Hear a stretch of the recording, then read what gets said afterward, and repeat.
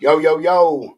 Thank you for joining us on the first episode of the week here in the Logistics Lounge. Today, we got Mr. Adam Degroot going to talk to us about shipper facilities, docking, information you need to know, getting in and out of manufacturers. This one is for you drivers out there. Y'all are going to enjoy this. Really good stuff. In the news, going to talk about some new oversight coming to the USPS truck contractors. Y'all sit back, relax, pop a top, and enjoy the lounge. I'm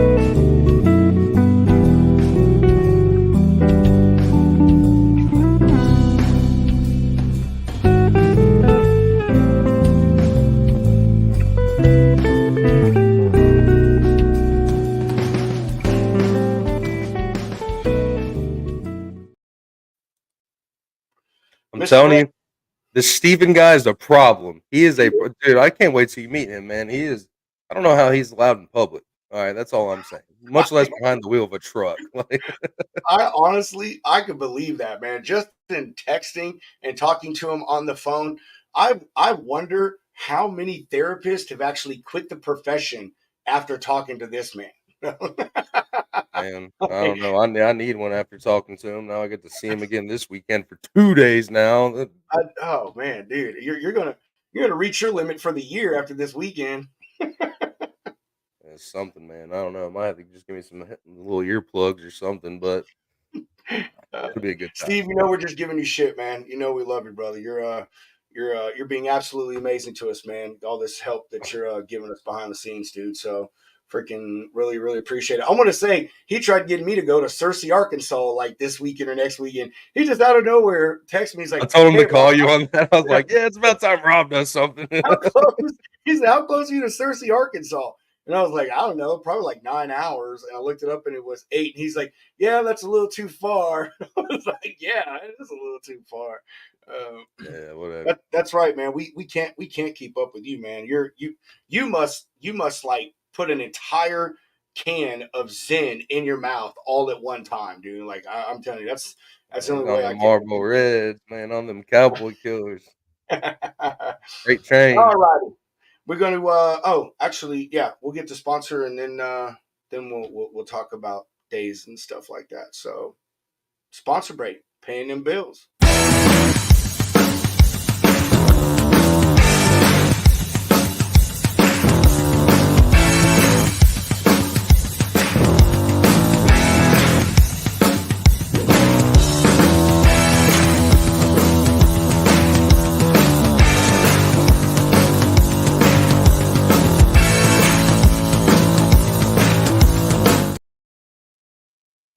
Now the new sponsor, Gigo. Telling y'all, these folks, really cool stuff, man. Hunter and I had a meeting with them yesterday to Monday. Man, the things that these people have coming to our industry is gonna blow y'all's mind. Seriously, we're gonna slowly just step stuff out with them and give little bombs to the stuff that they're gonna do. And man, how fantastic they're gonna be. Dude, I really think, and this is just to be saying this, man, as far as tracking, this is the only next step and the obvious evolution of tracking cargo and assets and everything else. All right, I'm still finessing this one.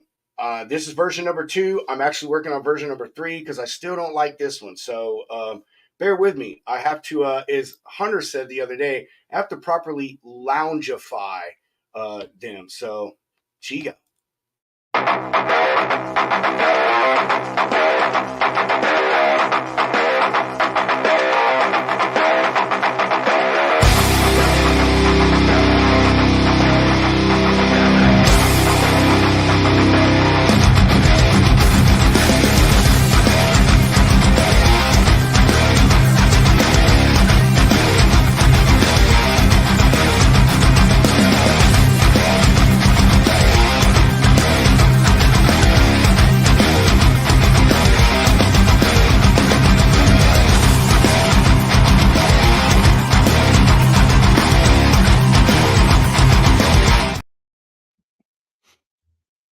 There we Chicken have dance man for president. it. Yeah, I've rearranged some of those scenes and change some verbiage. I'm still trying to work on that last part, that chicken dance. Like I like that. I want to keep it. I don't know. I just don't like how the verbiage whatever Verbiage, flows like in between those last two things. And I'm still working on some music, man. I'm trying to not make it too, you know, heavy like metal. I would say lame or whatever. But I don't know. I just need something that goes along with everything or whatever. It's all right. Yes, it is. It is. Yeah, that's what I'm saying. That's exactly what I'm saying, Steve. Like I'm still working on it, man. You know, takes time, but that one is a lot more relevant than the minute and 10-second one that they sent me. Well, good. Hey, Send we'll it over. just we'll just we'll just get old redneck to make a video. Oh no, no, we will not. Absolutely no. Mm-mm. Like, give me your ideas, and I bet I'll see which ones are family friendly. Are appropriate for the broadcast, is what I should say. Okay. News, quick stuff. Nothing, I wouldn't say nothing really special. I think it's pretty special. I think it's quite funny and ironic, to be honest with you.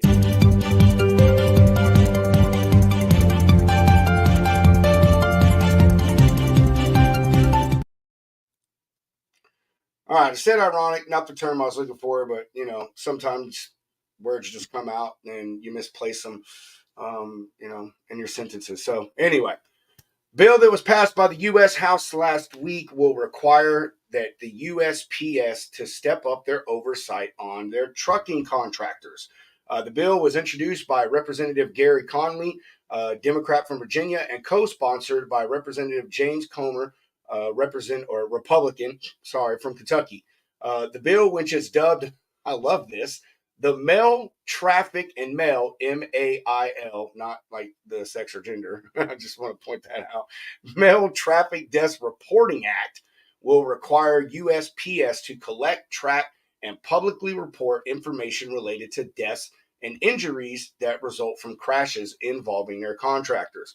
According to the press release from Conley, over the last 3 years, at least 79 people have been killed in crashes involving trucks that were driven by contracted postal service carriers. Also, the Wall Street Journal also reported that USPS does not track nor report serious crashes involving its trucking contractors. Finally, Conley added that for too long, the Postal Service has taken an out of sight, out of mind approach to truck safety, and this legislation is about saving lives and protecting families on the nation's roads. Agree with that last sentence. I do. Anything we can do to protect anybody out there on the road, drivers and four wheelers and all that stuff. I don't know. I've never heard anything about this. I don't know if anyone else did. Like when I read this article, this is the first that I have heard about this thing, and I think I don't know if funny is the right word I'm going to use, but this thing, if it would have tried to be nationwide on whatever level they're trying to do it at, and they didn't even get into detail about how exactly this reporting and oversight is going to be carried out. But, this would have been some major news if something would have been in there about the industry as a whole, try to pass something Mhm. like this. This thing just sweep through, just my opinion. But, honestly, I think that, it's because who controls the USPS? The government. So I mean, of course, it was an easy, no-brainer thing for them to push it through and stuff. So I agree with it. I do think it's a good thing. Not saying that it's not, but just I don't know, just weird. It kind of just slid by, man. Like there was no opposition to this thing at all. It doesn't say in the article what it passed by, but I would assume that there was a very small margin of those that opposed it. So there you go. It's pretty random. I think these guys just wanted a bill with their name on it to get passed. I think it's good to track it, but like we were talking about in the back room with Adam earlier, it's like 79 deaths is not good, but in 3 years with over 200,000 shipments being done within those 3 years, and Yeah, we all know, man, like one accident could result within 10 deaths. So like yeah, you know, yeah. I don't know, We'll see how it Adam, goes. what was it? You're right. Adam said it was what two I think it hundred was and 210,000. 41,000, yeah, 40 or whatever, 10,000 Yeah. lanes that they run. It was 4,600 different contracts. So, I mean, I But don't know. if I'm not What is mistaken, though, doesn't Like, doesn't your common carrier have to report, like, isn't that, like, fatal Yes, collision, and like, that's that you would see on carrier 411 or just, their FMCSA reports, like true, true, and I think that's probably why the USPS isn't doing it because I mean it's just like a shipper. I mean if a shipper hires you a carrier to take care of their loads, like the accidents aren't on the shipper. You know what I mean? Like they don't have the mhm, MC number. There's nothing to report for them, and it's funny that here's the government, all that telling everyone else in the industry what that they need to keep track of things and do this stuff. And to me, this is kind of a kick in the teeth to them. It's because like, dude, you're not even keeping track of your own shit. You know what I yeah. mean? Like, how It's are a bit you? more it's more ironic. It's just Yeah, ironic, yeah. It's like I said that's before, they're just ironic slapping culture, right? themselves on the wrist, like, "Do better." Yeah, Oop. yeah. So it's like, man, like here you are, talking about everybody else, and you ain't even got stuff right in your own freaking house, there, guy. So, what? Yeah, Good new stuff. new bill. We'll see. This, I mean, we'll see. I don't know. This may or may not like push out again. I don't know what even the protocols, procedures, whatever you're gonna say for them to be doing this. I mean, honestly, I bet you it's probably just going to be that the USPS is just going to start telling the carriers, hey, whenever you have an accident or something, we also need to know about it and be able to report it. So I mean, probably won't be too big of a thing. Nothing past what anyone else has to do, but you know, Yeah, funny that they good can't stuff. even keep stuff right in their own house. Wild It, times. on that, Mr. Hunter, I was just saying wild times. it is wild times. So we never talked about our days. I just realized that. Man, and because of my day, I'm so off, Hunter. Man, my I am so off. But how was your day, man? It's alright. Just a normal day in freight. Nothing too crazy. Getting ready for, large cars and guitars this weekend, so just kinda When are you coasting when are you through. leaving for that? I think Friday morning. It's like a 2 and a Did half hour drive. did you check that tracking yet to see if those things are going to be there tomorrow? No, no. Oh, I'm sure they'll be. hopefully it will be. I mean, So if anything, we'll get them next time. At least well, I'll I mean, have 'em. it said get guaranteed by Wednesday evening, man. So I mean, UPS is I'll give it to them. UPS is pretty all right. I've never honestly had a problem with them to be transparent with you. Not one time can I think of ever having an issue with getting something from them or to someone else through them. So, but I don't know. I mean, I sent you, man, them stickers. I probably 200. I don't know. I just shoved that envelope as full as I Man, could. I'm about to be a menace to society. I'm slapping them everywhere I can. So Yeah. hopefully we get them. Well, how was your day, bro?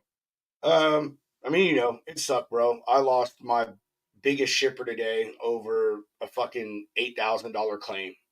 I mean, 2 years, man. 2 years of working with these people, man. I've filled maybe two loads, and the whole time I've dealt with them, like I mean, we have so few issues that I've talked to these people on the phone, like I told you, like maybe once, and that was it. And that's if I'm not mistaken, it's because I couldn't get in touch with another facility, and so I had to call the main people and get the number, man. So yeah, just I don't know, goes to show, man, that sometimes or a lot of times, no matter what people saying out there, man, relationships don't matter. Just like a driver, you're a fucking truck number. Like you can do all these things, cultivate all this relationship, do everything right, and then one thing doesn't go their way, and who gets blamed for it? Me. I mean, not the carrier, whose fault it was, no one else. I got blamed, and I'm the one that has to suffer for it. So yeah, man, pretty fucked up day, man. Like that shit's really gonna hurt my bottom line. Like that is no joke for real. It's not some stupid petty little person that I could replace next week with someone else. Yeah, that's a pretty good one. I don't know. I'm still gonna try to save it, man. See what happens. But as of right now, the last time we spoke, 5 minutes after that, I got a bunch of emails said load cancel, load cancel, load cancel, load cancel, load cancel, load cancel, load cancel. So yeah, it's the way it is, bro. So I tell you, man, that's the way it is right now, dude. Like, oh man, yeah. Well, Anyway, here's the better days. there you fucking have it. That's Hopefully all it it is. doesn't get worse. No, no. I mean, I don't foresee it happening. I mean, this thing's just—it's been a thing, man. This claim happen in October, and the it's been so much back and forth, and their insurance company is doing their typical shit that they do with truck claims. You Mm. email them and you call them, and it's a week or 2 weeks before they get back to you, and then they ask you for one thing at a time. It's like, hey, I need this, and you send there like, oh, I also need this. So like that's what it was, and they ended up getting impatient about the situation, and things just weren't going the way it is, and it's like, man, I can't do anything about it. Like, I mean, for real. I mean, I'm doing everything I can for you. You know what I'm saying? Like, you've got me doing every bit of this, and I mean, I'm sorry with what a lot of other brokers may say. I personally don't think brokers should be involved in claims. I don't, regardless of the liaison thing, all shit. I don't. I do not think that we should be involved in that, because that's adding more people into it, man. And now where we're at, dude, it's like a stalemate, and here I am caught in the middle. So I think brokers should apply stuff, maybe get the conversation going or whatever like that. But I personally think we should be out of it because Should of be leading the situations. charge. That's for damn sure. Yeah, situations just like this. You know what I mean? So whatever. What are you gonna do? Gives you more. What's Sam? Gives you more time to help people that want your help. Yeah, that's. I mean, I guess, man, that's true. But again, I mean, this is my biggest customer, bro. Like, that's the fucked up thing. I mean, luckily I get to help other people, but unless those other people are going to start feeding me another 40 or 50 loads a week, I can help them all they want. You know what I mean? Until I find someone else that size. You know what I mean? So it's just whatever. Hey, shit is the way it is. So the world turns. So is logistics. You freaking, as a say in the military, you Charlie Mike, or means continue mission. It's really all I can do, man. So there's my fucking day, bro. Killed my vibe too, because it happened first thing this morning, Hunter. Killed my vibe the whole day, bro. Just, oh man. All right.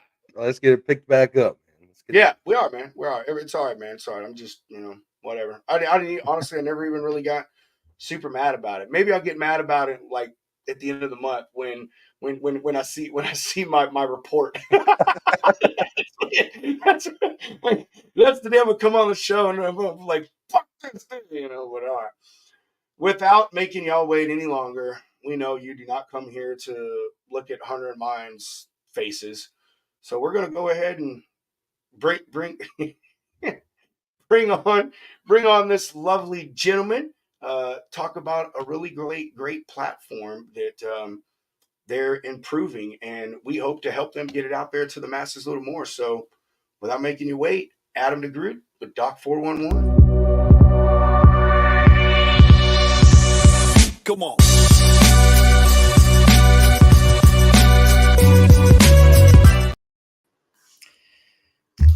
You guys, What's up, man? how we doing? Well, all right, brother. How are you? Good. Love the intro there. Oh I'm man, sorry. yeah, I'm sorry you're having such a rough day. yeah, it is, man. It sucks, but again, what are you gonna do? I'm gonna try to rekindle it. Well, hey, you can always try and send them a chocolate cake. Not even joking, dude. but buddy, I sent you a chocolate cake. I don't think I'll send it to you. it can't make the situation worse. I don't think so. I don't, I'll it send him. couldn't. I'll send him 2 chocolate cakes. I'll tell you, man. The sucky thing about it is that really aggs me is that whole relationship word, man. I'm starting to hate that word because it really does not matter. It doesn't.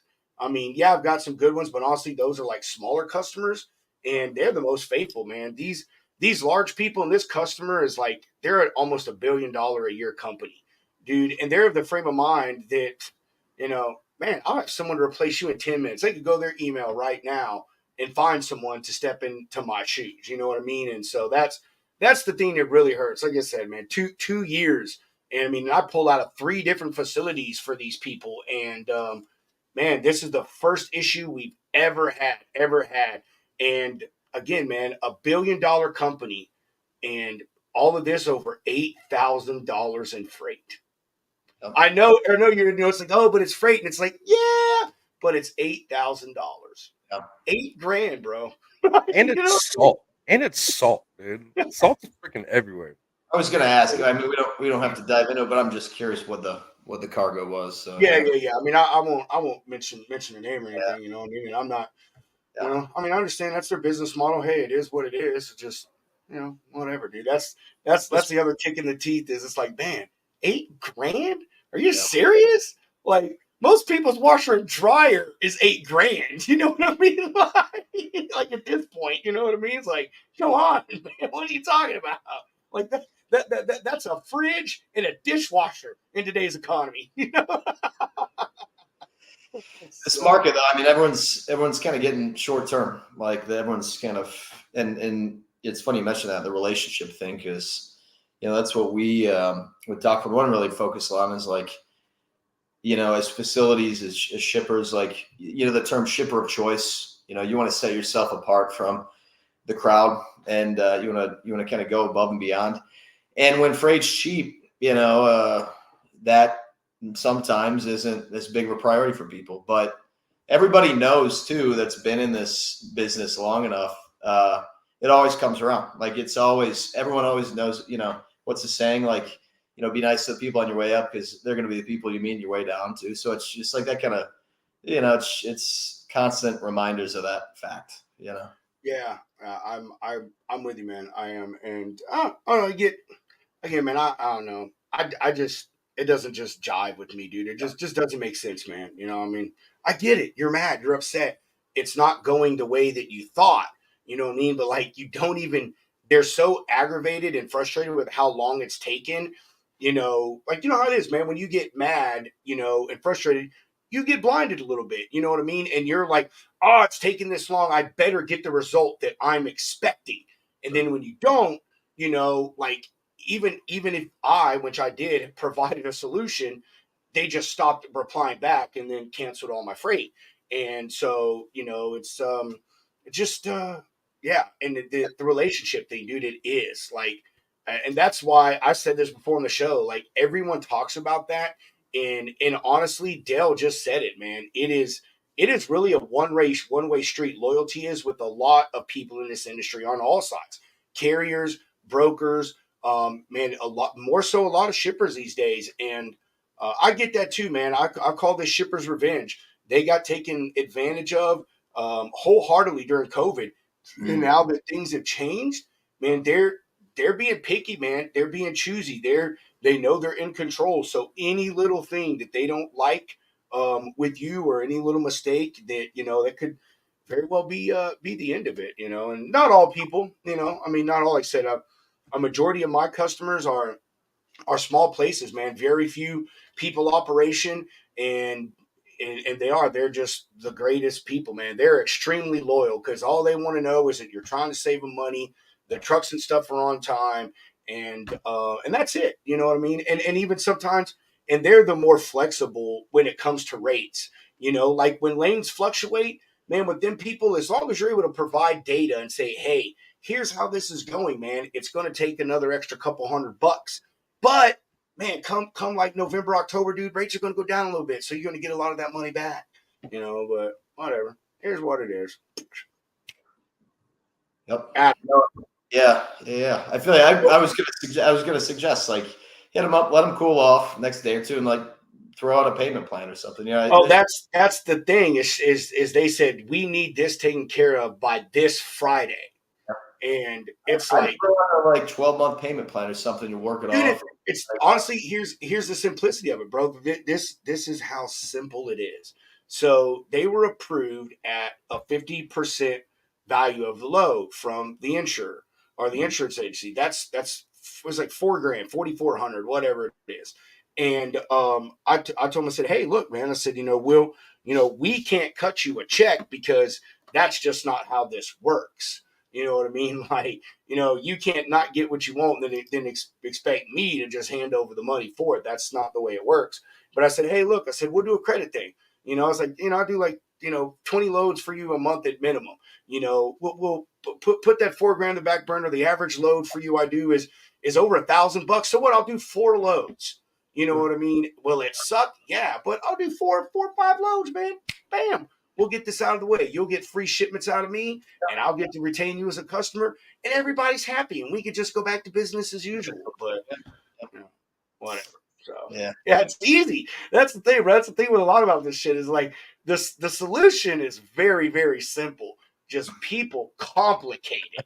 You know what I mean? Not just saying this situation, just in general. Like people complicate things a lot more than they need to be, you know. So it's a good reminder too that brokers, I mean, there's a lot of different services that fall under that umbrella, and claims is one of them. And that's one reason why, I think shippers, might prefer work with some over than others, like just being hands-on with it. We've always tried to be pretty hands-on. Like in our family companies, we've got, we're shippers. We're in the produce business. We're growing potatoes, cabbage, peppers, stuff like that. We're moving them around the country. We're broken freight too. So we get it. There's not a day that goes by that I don't hear the word claim 8 times, so it's like, it's definitely part of the terrain. Yeah.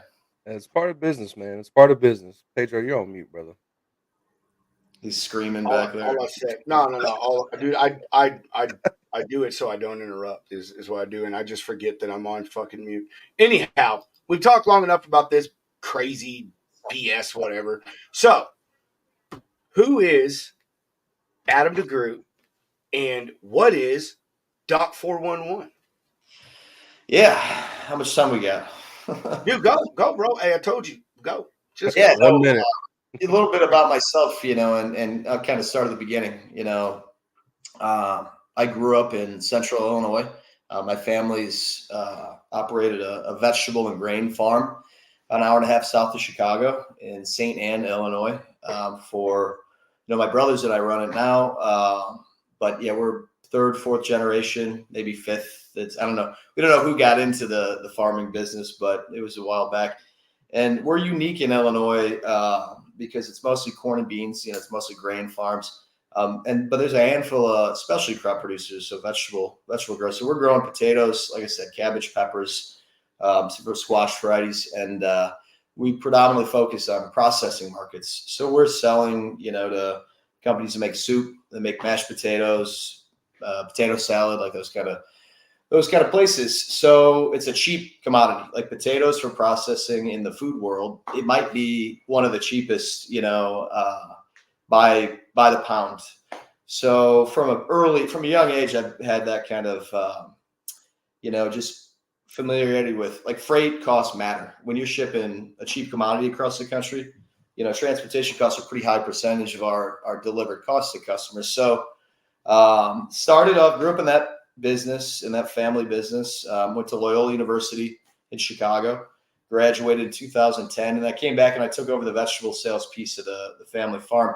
And around then started expanding our produce brokerage business quite a bit. So, we're a farm in Illinois, we're seasonal, we're shipping stuff a few months a year. All our customers are using stuff year round. So we started going and sourcing, potatoes when new crops started in Florida and Texas, and moved on up and shipping sweet potatoes out of, the Carolinas and the Mississippi and all that. So got into new commodities, just kind of expanded that business. So in a few years, we went from just needing trucks out of one spot a few months a year to, needing spot service all over the place. So I started Degroot Logistics in 2013. Just really that was the first tight freight market for anybody that, that's got more than a 10-year time horizon here in this business. It was, when I started, it was coming out of the Great Recession, like 2010, and freight was under $2 a mile, reefer freight, national average. And that summer of 2013, it was like first time I had seen it bust over $3 a mile. And I didn't know it could do that, in a year, the spot conditions got pretty tight. So that was a bottleneck. I was spending all my time on managing freight already. So I started Degroot Logistics, and that was really our focus, from the get-go, was produce, and the food and beverage space and everything. So started Degroot Logistics with, a good friend, college roommate, Rob Rocheman. Him and I, first couple of years were us, figuring out what the hell we're doing, and we had the shipping experience and background. And yeah, we kind of just came at it from first principles. I think one of our big advantages was we didn't come from another 3PL, or we didn't come from the SS side of the business. So when we talked about service, what service meant, it was 100%, on time, 100% tender acceptance. That's what we were aiming for, perfection. And you can't control everything, when you're managing freight behind the desk, but there's a lot you can do that to go above and beyond. So we kind of started there, and we grew the business. We've got about 50 people on the team today, and we're more recently, the last couple of years, we've been thinking more about, like, all right, we're a small, medium-sized, small shop.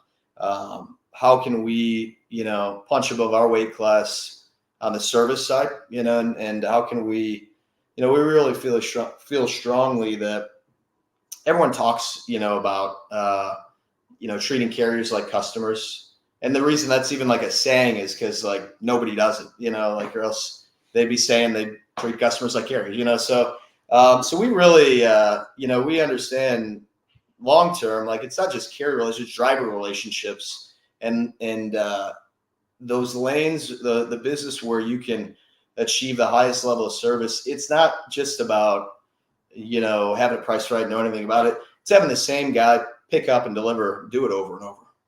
Like, if you're a driver and you're doing the same load for the 8th time, you've got to figure it out in a way that, like, the amount of problems that can happen are just a lot fewer. So Dock 411, to kind of jump into that, like, we acquired that last summer, and we're building it out, and we're having a great time doing it. And it's just been fun to, engage drivers in the carrier community in a certain way.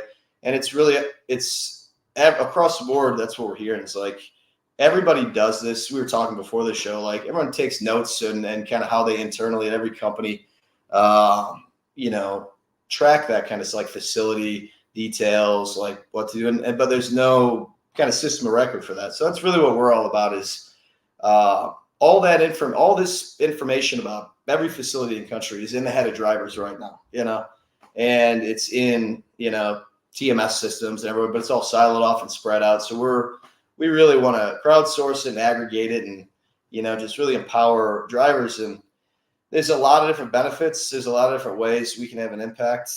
We're committed to, it's free for drivers to use. You can go download the app and leave reviews, search reviews on facilities. You can look up details. A facility profile is over 70 attributes. So these are the basics, like, hours of operations, contact info. But it's also things like, is there parking available on site? Where exactly on site is that parking? Can I just roll in after hours, and do I have to check in to go, park overnight, or can I just go in there? If there's not parking on site, what's the closest parking to that facility? What's the lumper? What are accessorials looking like? What are lumper costs looking like? Are washouts required? Where's the closest washout? It's just a lot of, again, it goes on over, it's dozens of different attributes. And for those facilities that don't have information, that's something we're rolling out soon. Is you'll be able to ask a question. You'll be able to, make queries, and the shipper can answer. Other drivers can answer. It's kind of crowdsourcing that too. So, yeah. So, and again, the reason we kind of, I've known prior to us acquiring it, like one of the founders that started it back in 2018, and we've been friends for a long time. And it just clicked once we, kind of talked about it, like what, just how important this was and how much of an impact this could have. And yeah, it's really about just spreading the word. We're kind of making it better every week. We're just looking for feedback, looking for drivers to kind of give it a shot. And yeah. So, first question is, what led you? Well, let me back up. You talked about, with your customers and service, and trying to add different layers to that. And so, was that the reason behind purchasing Dock 411, or was it maybe in the reverse? You saw Dock 411, you're like, hey, this is what we need to offer something more to our shippers or our customers and our drivers. Yeah.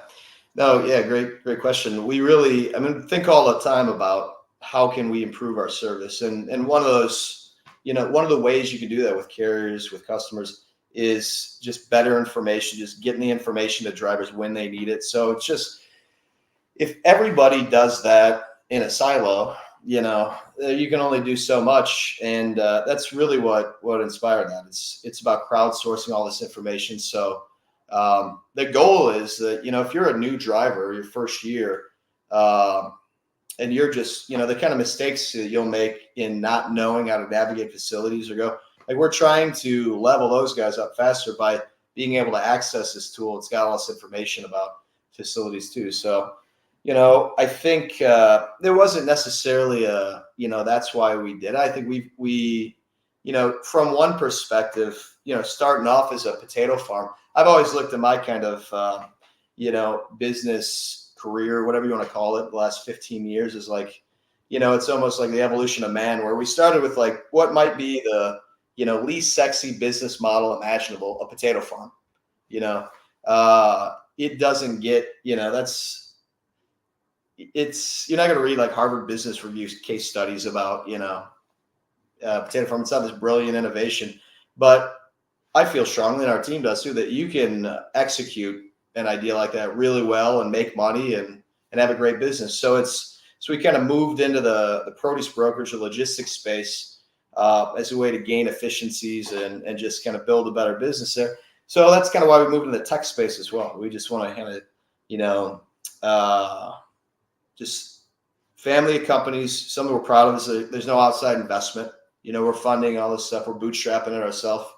I think that kind of independence, like, there's a certain culture that you can create, that enables. And when we talk about the short-term, long-term, like, being relationship oriented, for a lot of companies out there that are, if you're publicly traded, and it's tough out there, because we're in some part of the cycle, you're almost limited to because that's what your shareholders are demanding. That's what everything else. And what you talked about earlier, the relationship aspect of what we do, like the definition of that is, you think you do things day to day with a long-term, mindset. It's like, is this something you're going to look back at 5 years on or 10 years on and like, this was the right thing to do? And that's just harder to do if you're publicly traded, even if you're the CEO of a publicly traded company. Like, you don't get to do that as much, so so I think that's one aspect to, just the way we kind of approach things ourselves. And yeah, so we try to we're diversified. We're doing a lot of things: farm, shipper, broker, tech company. So, boom, I lost it. I got it back. Whoo-wee. That was a poof, unpoof moment. Ow, look at that shit. That rarely happens, bro. Rarely happens. Man, Especially at 4 o'clock. No, man. I have a brain injury, dude. So, like, fucking information, it could be there 1 second and gone the next. But anyway, so, man, the reason I reached out to you is when I saw you post something about Doc 411, and I went and looked it up. I was immediately taken in by it, and the reason is I was a driver, and I was touching on this backstage, and Hunter knows this, but one of the best tools, I should say, when I was a driver, and I mostly drove for larger companies, is when you got a load, they would put in their final mile directions. Hey, get off on exit such and such from highway whatever. Take a right at the third light. If you go to McDonald's, you've gone too far. Stuff like that. And even more so, which this is one thing, and I want you to listen to this because I want to know if this is something you guys plan on breaking into. When I was a local driver for PFG and McLean, we delivered to places like restaurants, convenience stores, Walmart's, CVS, Walgreens, things like that. And I can't remember what we call them. I keep saying driver sheets, but I know that wasn't it. But when we got a new customer, and even with customers we had for a while, we would redo them fairly often, like every 6 months. You'd get a piece of paper, man, that had just a square building on it. And you, the driver, when you went there for the first time or when you were redoing it, you would put information on there. You would draw arrows and say, hey, pull in this way from this street. You can pull out here. Make sure you only park here. This the person you want to talk to. These are where the keys are hidden. And yes, that was a for real thing, dude. We had people that would hide their keys under trash cans. But it was nuts, man. But it was invaluable information. Both as an OTR driver and then even more so as a local driver.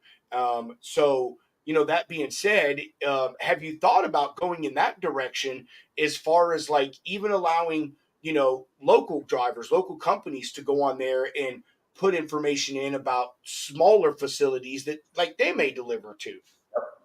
No, absolutely. I think the food service examples, like that's some of the most challenging freight. Those outbound moves from food service DCs going to like you got 12 drops, restaurants are a whole nother animal. But there's one side of the spectrum that's like large national distribution centers that move a lot of volume. But any facility that even like grocery retail or retail stores that offer direct store deliveries to their vendors, yeah, that's absolutely relevant. I mean, anything that drivers, any place that drivers are checking into, picking up, dropping at, is relevant for Doc 411. So, yeah, I would say, our most heavy focus is on those, larger, more standard, Rob, this reminds me, who was it? That yard management system that we Yard had. view. It always yard view. This brings me back to my drayage days because I used to export cheese from the Port of Long Beach, pick up my empty, and my drivers would have to drive 4 hours out. And there were 4 different facilities within like a mile radius that would all ship the same things, but they'd give me, a single appointment. And if I missed that appointment, it was like a 10-15 minute window. If I missed that, we'd get charged and we'd get bumped back hours. And dude, I can't tell you how many times it was the same Shell station that was across from one of these shippers facilities that they would always send us to. And they'd be like, dude, Jose told me to go talk to Luis, who's over in building 3, and she told me to go talk to Dan in building 7. And it's like, I don't know who to talk to. You're scrambling for time, and just to have something as simple as that, like who to talk to. Okay, this person will just forward me to this person, so you get that person's information. Like, dude, can save you so much time and headache. I think the operative word there is scrambling for time. I mean, that's what Yeah, drivers constantly every day doing. And I think one of the things, the way this transportation market for whatever reason, the direction we went is like freight's priced in distance, right? If you're a broker carrier and your customer shoots you a lane to quote, it's point A to point B and it's dollars per mile that you're going to quote. And the things that you don't know if you're not an incumbent is, how effed up is that, like the delivery situation, like what's the average dwell time there, mhm. I mean, we feel strongly, most of the time, like freight, the true cost to drivers is it's priced in time. You take like a 300-mile haul from, say you're, going Chicago to Cincinnati. There should be one average number on that. Like if you can pick up at 8 p.m. and deliver at 6 a.m., that's going to be a very different rate if it's a 10 a.m. pick and a 10 a.m. drop. So like that, and the difference in the rate for that could be a $800 or a $1,400.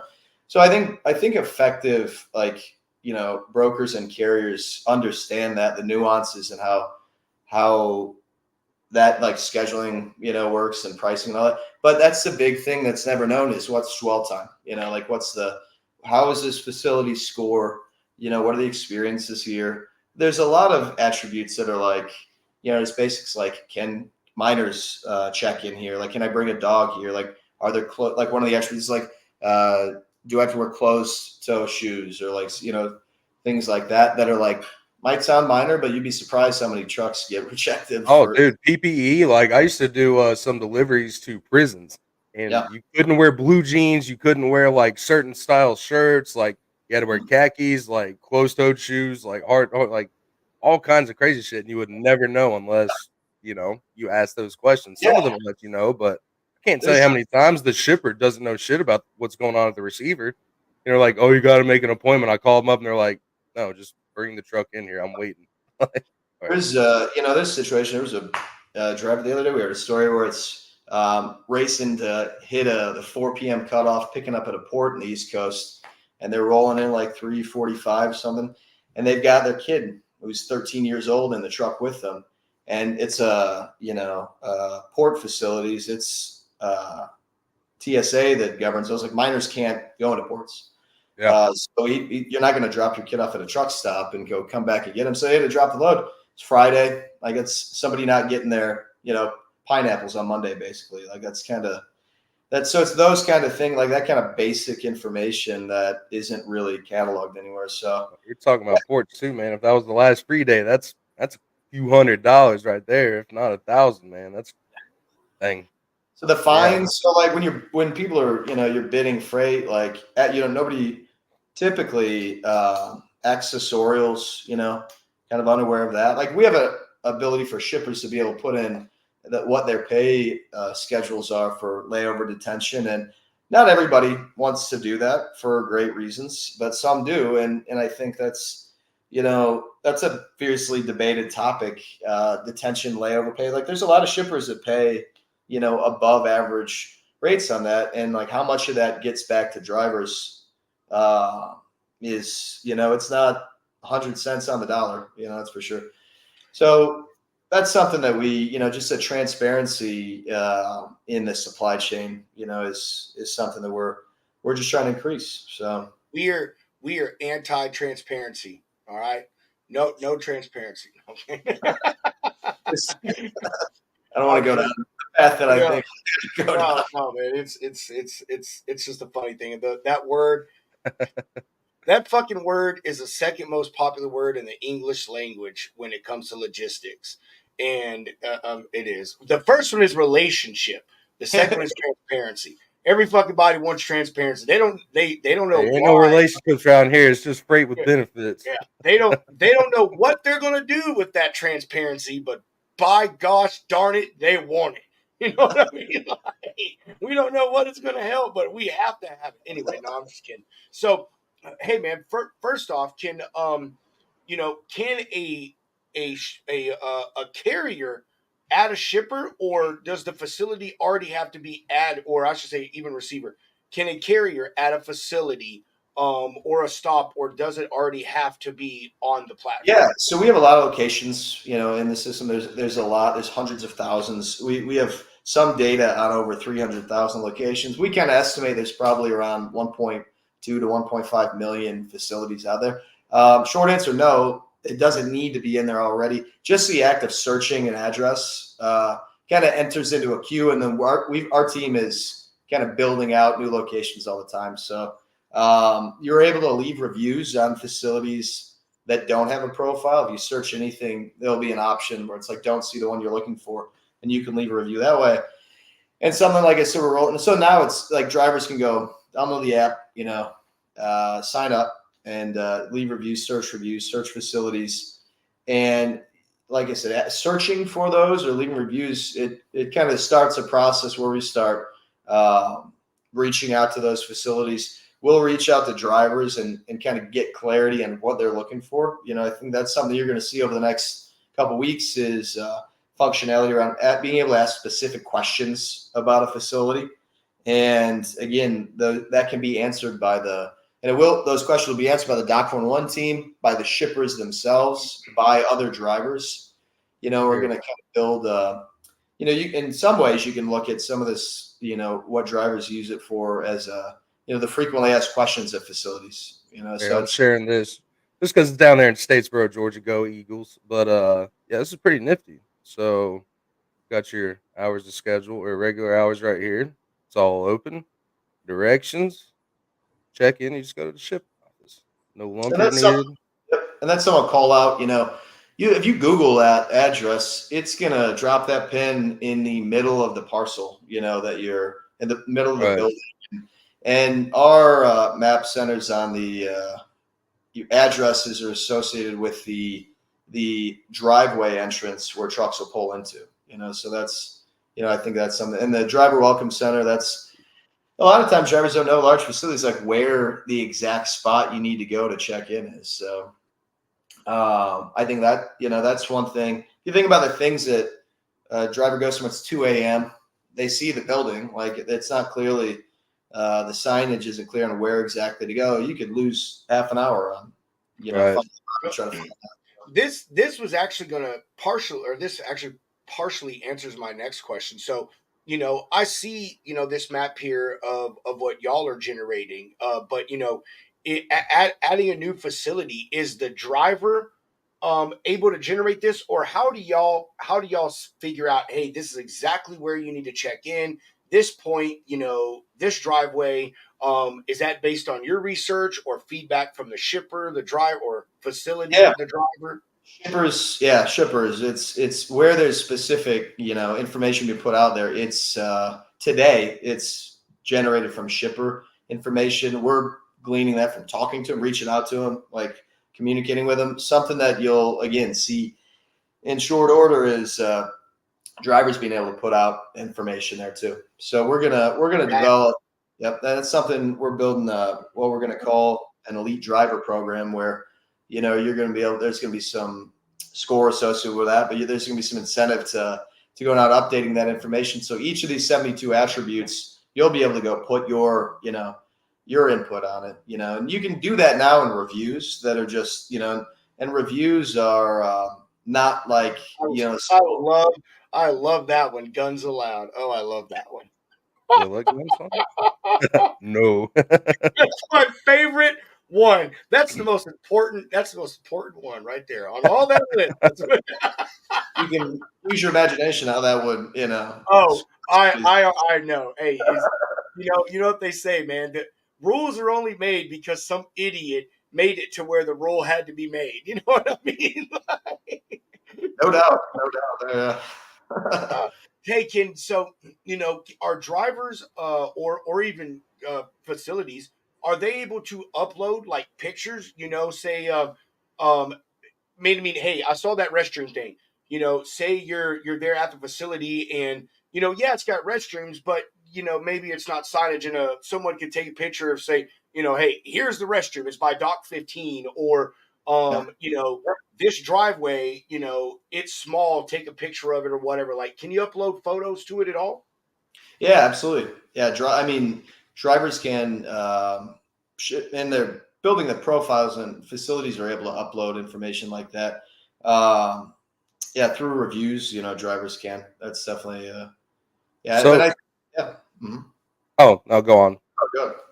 Oh, I was about to say, so how's the reception from these shippers and receivers you've been speaking with about Doc 411? Like, Yeah, how's that? Like you're just talking to the shipping manager and giving them the run through, and they're just great like, question. cool, We really, when we reach out to companies, and in these conversations with many of them, there's a spectrum. There's like the transportation manager who might oversee the department, who's right, in corporate, who's like the language they're using is, how can we be a shipper of choice? How can we drive? They want to drive efficiencies. I think there are ways without just cutting price, and there's things they can do to stand out to carriers, and like, so they've got different priorities. But a lot of the first conversations we'll have with companies are with the frontline men and women, those folks that are interfacing face to face with drivers, the shipping managers, the receiving managers, the dock workers, of every shift too. I mean, we that's something our goal is to build out, like contact info and names of, like what is the first shift, second shift, third shift, what are the hours, what are the peculiarities of each shift, even, like. But the things that I mean, there's those people, there's those receptionists or people that answer the phone when drivers are calling, that they're answering the same questions every day, and they're doing the same thing over and over again constantly. So like their needs and the problems they're dealing with are different than the transportation departments as well. So they from one angle, it's the frequently asked questions, like resolving that. When you think about the information drivers are getting, it's like you talked about earlier. This is stored in TMS, systems all over, like carriers, brokers. And if you take one facility profile, like, it's not standardized at all. And a lot of this information is old.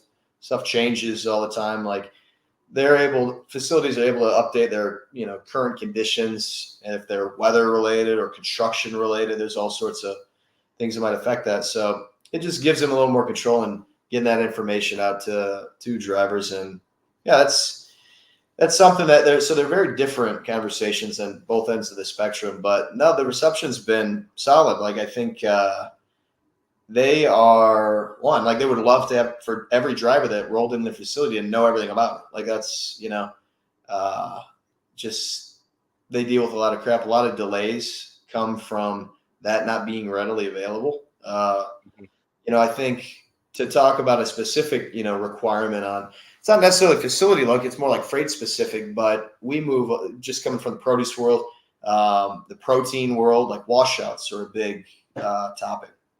So there's a lot of freight out there where every load requires a washout, to a certain standard before picking up. And like food safety rules are advancing pretty rapidly.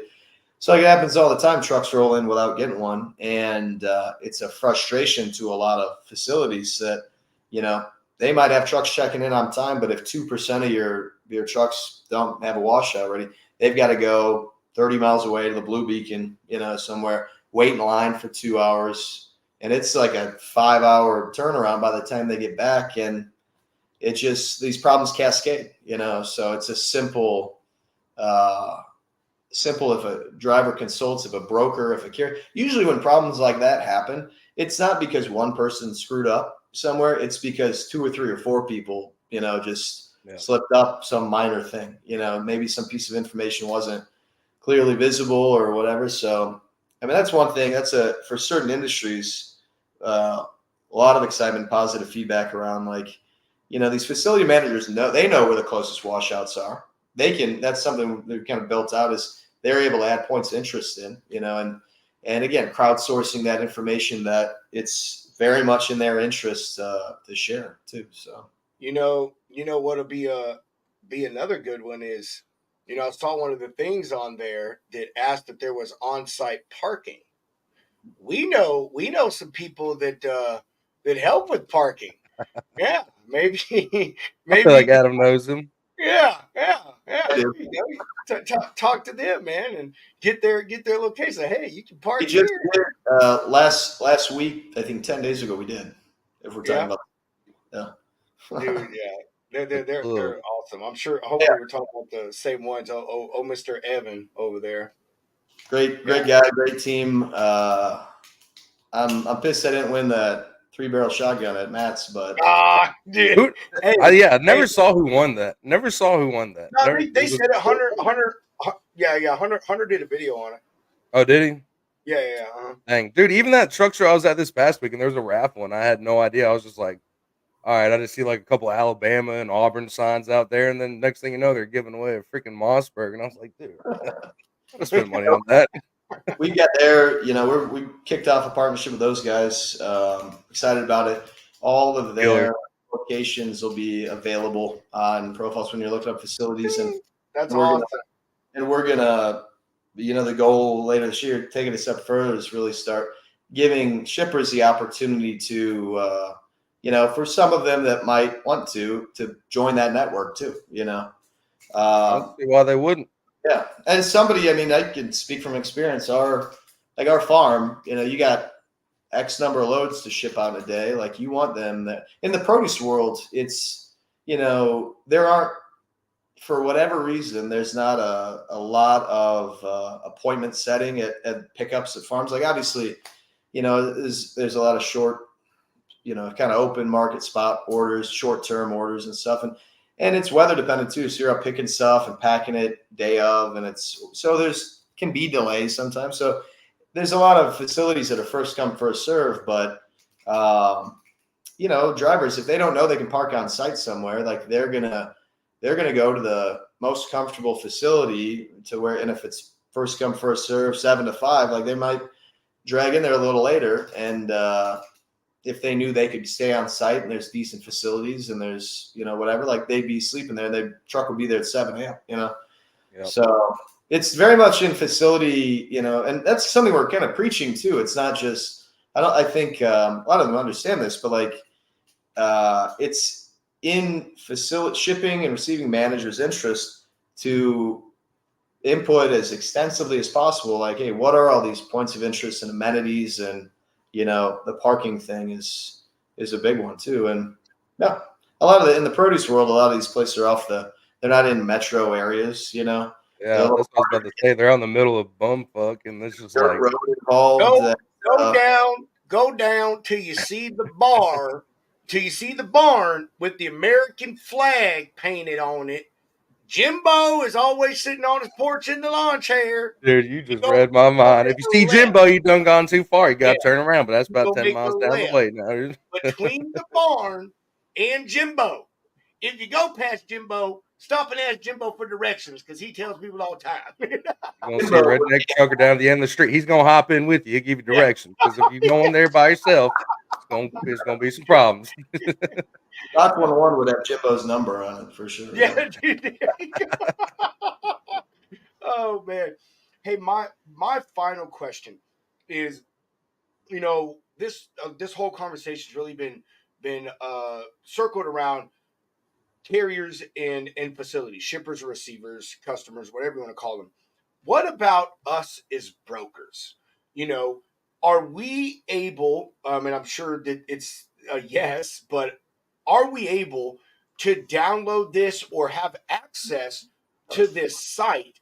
Because, I mean, obviously this, not everybody knows about this. So, me as a broker, and being a former driver, I do like to try to give my carriers information if I can. I mean? I got one customer that you need to come down a certain way down the street because if you don't, then you're not going to be able to back into the facility properly. You're going to have to do a blind back on a busy ass street and all this stuff like that. So, what about? Oh, you're right there. So cool. Yep. Yeah, absolutely. I mean, the way brokers use this, it's similar. And when you think about brokers, like the kind of sales folk, carrier sales or operations folks or account managers, like they use it in similar ways that dispatchers would. I mean, it's kind of pretty similar when you think about it. They need to get this information to drivers. They're the middleman between, usually if they're trying to figure something out, they don't have an answer. They're calling the shipper, as well. So that's something like now the reviews are made for drivers. Like the reviews are built for drivers, and it's the drivers, actual experience on site that we want to capture in those. But something that's going to be a big part that's free for brokers, dispatchers can build profiles and search listings and their feedback and their questions. It's this functionality, like I said, that'll be coming out in the next couple of weeks is all about this kind of help desk approach where they'll be able to ask questions on specific attributes of facilities, general, just questions about facilities. We'll get them answers quickly. They'll be able to input commentary on specific attributes, and there'll be this kind of side by side. This is what the shipper says, and this is what everybody else says. And I think that's something that will be a positive thing. But yeah, absolutely. It's in that way, like we look at drivers as one kind of pool. Dispatchers and brokers are kind of using it in the same way, and then shippers are, the kind of third leg of it. So Yeah, I can tell you most of the time it's the trucker calling the dispatcher's calling me, I'm calling the customer, and if the customer's not who I'm needing to get with, and I'm getting information from the customer, or I'm just going to Google Maps and praying that there's something in the Google reviews, and like you said, most of the time it's just trucker related, like, oh, yeah, easy there's a load, lot. easy unload, You got, and that's where everyone goes now, and there's a tremendous amount of information there, and it's Google reviews. It's it's a disgruntled employee. There's Yeah. if it's there's some consumer that's they're I don't know. Yes, seen a lot of families going after some of these manufacturers. My cousin worked there, and they treated her like dog crap. Yeah, right. Like, Yeah, I'm sorry, man. but yeah, I think perfect world. I mean, in the way it works today, it's just this game of telephone where a shipper gives an order to a broker. There might too much. There's a double broker involved. Like there's other people involved, but they're tendering an order to a carrier. It's going to a dispatcher, going to a driver, and some of these folks might not be in this country. Like there's, like it's just the players in the space are all over the world now. And like, so this game of telephone that happens for like passing on this information there's at a minimum like 5 steps involved in getting it to us.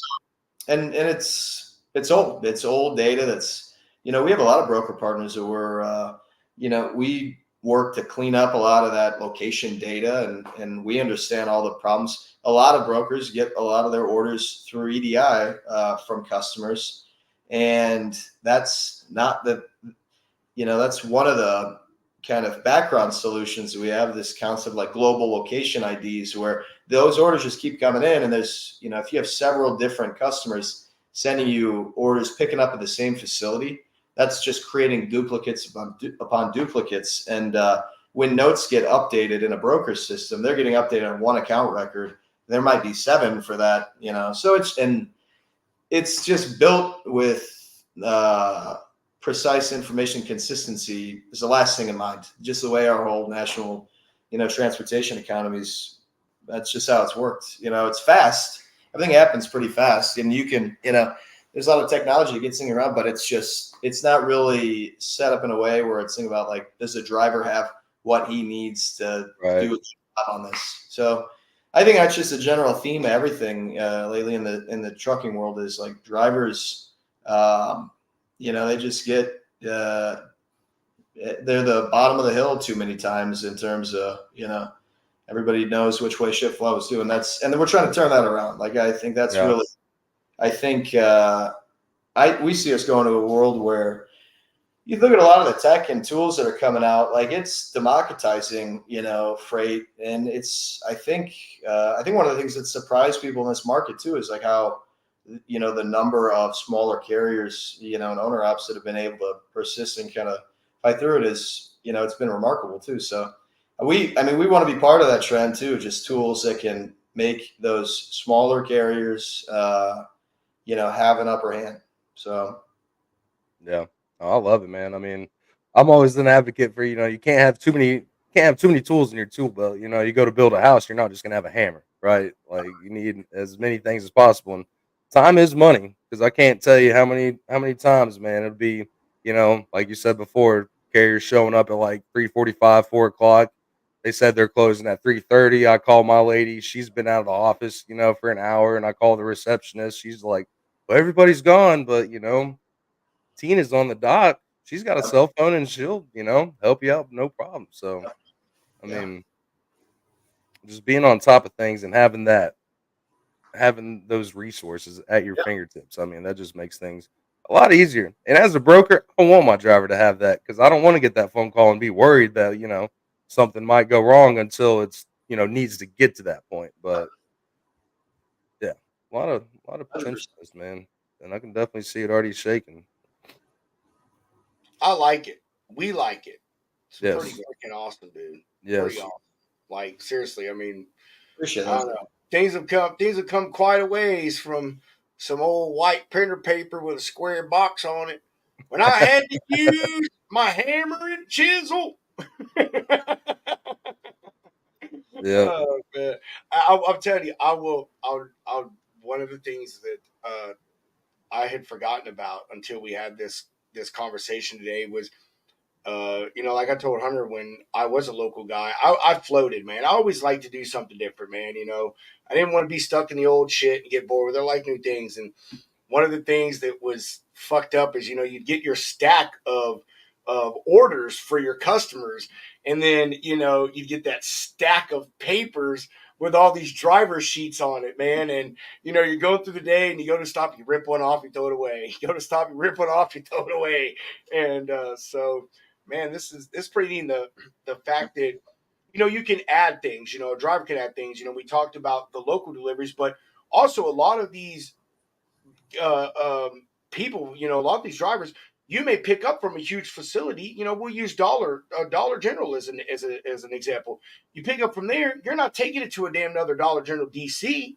You're taking it to a store. And so things like this would be great for people to know. Like I said, which way to pull out or pull in, how you need to pull out, who you need to talk to, what side of the building you need to go to enter, You know, like you said, the hours, you know, can you park in the front part of the parking lot? So really a valuable, useful tool, man. 100%. That brings up, I appreciate that for sure. It brings up another kind of interesting just fact of the transportation world. When that Dollar General example, if they're, you know, they send an order to somebody that's picking up at one of their vendors, they don't control that facility. Like they might be aware, not aware of what the dwell time's like there, what the practices, all those things that go into the rate. But they're negotiating the rate for that too, and they're, you know, brokers and carriers that are bidding on that. That if you're an incumbent, you know what to expect, and if you know if that's a rough place, if there's, you know, constant claims that happen to that vendor, or if their average dwell time's like 8 hours, like you're gonna charge for that, you know, and you're going to bake that into the price because you understand what you're going to deal with. That's not clear to anybody, you know, through the process. That gets built into rates, and you get this dynamic where freight that's bid on at facilities that have more challenging, you know, for whatever reason, like wait times, like for whatever reason, it drives costs up. You you do it for 6 months, 12 months as a broker carrier, you raise the price to reflect that. New people that aren't aware of those details might bid a market rate and win it because they're low. And then you start the cycle over again. So it's, you know, so the problems never get solved that like why are facilities inefficient and costly for drivers? So one of the long-term goals of Doc 101 is we get facility scores all over the place and we start connecting the dots between rates and facility scores, you know. And I think that's a big thing that's missing. If you plug in, you search what's a market rate for this lane, like we're talking about before, that just tells you the average of what everybody's paying on. That doesn't talk. We don't begin to understand the, you know, what the driver's going to experience at that place too. That might make them inefficient, you know. So it's interesting. Yeah, there's a lot of really cool, you know, solutions and trends and opportunities. But it all starts with, you know, the driver experience at places. Yeah. So whenever we end, I want you to stay on because I have something I want to bring up to you. I don't know, kind of just a inquisition, but maybe an idea for you as well. I'm not going to bring it up right now because I don't know. It's one of those things that may cause a firestorm. I don't know how to. I don't know, but just stay on afterwards. I'm gonna bring something up to you, man. Like this shit just hit me. And if you do, I expect my damn royalty check. That sounds like a great time to ask that question. um, Yeah, that sounds good. Yeah. it is, but I am like I said, I don't want to bring it up now. But you'll understand when we talk backstage after the show. You'll understand why I don't want to bring it up, man. You know, conflict of interest type stuff, like you know that kind of deal. So, Adam, I think we've covered a lot, man. I wouldn't say we've covered everything, but we have definitely got into the intricacies of Doc 411. You know, you put out a lot of incredible information explaining the platform, talking about all the various tools and stuff, and the benefits that it has for all of us in the game. Which I like that, man. Hunter's shaking his head, so I know that he agrees too. You know, this is again one of those things that I don't think a lot of folks think about. You know, as brokers, you know, if you're a good broker, you ask your shipper about little things like this. You know, on-site parking. You know, do you have bathroom facilities, such and such like this? And carriers obviously think about it. You know, I mean, they want to know these things. Shippers, I don't think maybe they think about them too much, but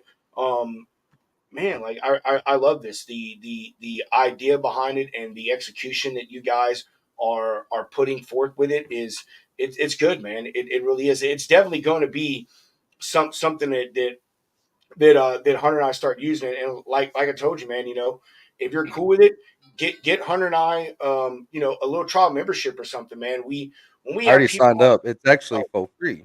oh okay. When you know we get with people like you, we do. You know, we do research into you guys, and you know I've looked at your website and stuff, but it's different when you get to play with things, man. You know, and be able to support people and actually you know give them firsthand experience on something that you've used and stuff, man. So Yep. I appreciate that. No, absolutely. I'm down for a Code Lounge 10, something like that. Dude, yes, yeah, you need to do that, man. You need to do that. Jesus, God, Josh, if you're watching the show, you would know we can't talk. Stop blowing me up. Holy Lord, have mercy. I know you're getting those, Hunter. we got a friend of ours just fucking texting. Yeah, but hey, you know the difference is my phone is muted. I Yeah. meant to put mine on silent. I forgot. I meant to put it on silent. I forgot, dude. I've been really good at that. Okay, so don't be mean to me, man. I got a wife who's mean to me. That's all the meanness that I need. I'll sock you one, bud. Adam, do you have any excellent comments, questions, concerns, or updates? No. Yeah, just appreciate you guys' time. It's been great chatting with you a bit. To everybody out there, go to doc411.com, check it out. You can download the app store, pretty straightforward to get to. And yeah, come along for the ride. Hold that thought, man. Thomas, I will. Oh, we're not sending Thomas a link. No. Okay. All right. No. Thomas, sorry, man. We don't know what to tell you. Hunter said no. Hey, stick with us, Adam. Thomas is a carrier, so he might be asking for a link because he wants to say something to you. Hold on, Thomas. I'm gonna shoot it to you. I'm gonna just put in this reply. Hunter, in the meantime, do you have anything you want to say? Adam, thanks for joining on, man. Like pretty wild story you got from the farm to the brokerage to the docks. I mean, I love it. I love it. It's I don't know. It's funny, man. Rob always says it, and I mean, it's just true, man. It's just wild how people fall into this business and just see how it develops. So definitely looking to see how you guys grow, and I'm looking forward to using this because I've already ran into some issues today where I'm like, all right, we can make this happen. We can make this happen. So Cool. yeah, definitely appreciate it, man. And everybody watching, thank you. And yeah, I really think, man. You talked about the drayage stuff earlier, man. Like uh, will be a great tool for the Dre folks, man. Because Hunter, I've heard you tell me stories just like you said a little earlier, man, about the crazy. Some of these ports are fucking massive, and yeah, the people that it's go not there, even just the ports, dude. I mean, there's like so many obstacles that go into it. Like, I mean, especially if you got a large scale drop and hook operation, like, dude, it's bad. But it's fun. yeah, It's fun. It's great seeing technology like this come around to make life a lot easier. I agree, man, 1000%. Thomas, if you're watching, I sent you that link, man. He might have buzzed off. I don't know if he did or not. Just stick with us for another minute. Like I said, I don't know. I don't know if he wants to come hang out or if he has something to say. He just said, "Send me a link." We can do a quick sponsor break if you want to. Yeah. Go. Oh, we Hey, just go did ahead. one. You're on the sponsor break. I'm talking to Thomas right now. Well, a sure thing is not Thomas hopping on here, but a sure thing is, getting some way better rates on your factoring and your capital with Shoreline Capital. It's a sure thing with Shoreline.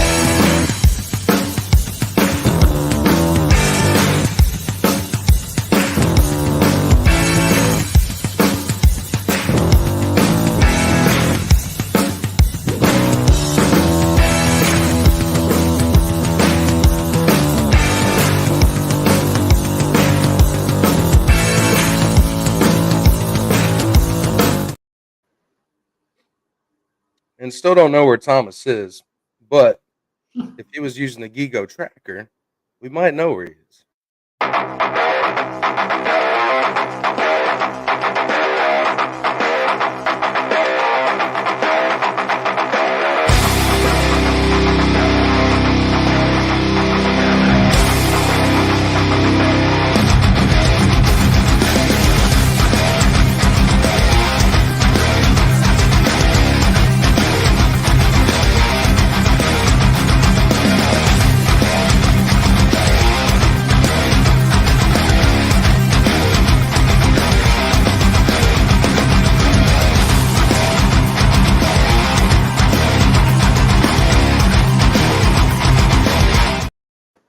I want to say, Hunter, that the more I watch that video, the more the music fits. I don't know why, but it's one of those. I have some ideas of stuff we can add in there, but we'll just have to look into some licensing stuff.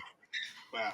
I'm going to finish it tonight, man. As soon as we get off here, I'm gonna redo it. I told you I've already got it like kind of tweaked, man. I switched some stuff around, and I'm just still working on wording and stuff. But I'm gonna finish it this evening. After we get off here, that's what I'm gonna do. I'm gonna actually, I think we need to call Josh and Tark is what we need to do. Whatever. I don't know if Thomas is hopping on, man. So I don't feel like he was going to bring anything to the table. I feel like because our ex is not sending any of the comments over for some reason, so that's a new obstacle to jump into. But oh, I'm it's not. over here to You're clown. right. Yeah, old Corey hit me up on that, but it is what it is. This dang StreamYard be playing I don't games. even know if it's StreamYard, but we'll figure it out. We might need to make a change, but Whatever. until then, All right. We appreciate everybody joining in. Hope y'all got some great information out of Mr. Adam here talking about Doc 411. Obviously, an incredible platform out there for all of us in this carriers, brokers, shippers. Definitely something we can all use and not just use for information, but also all be a part of. Help make things a little simpler.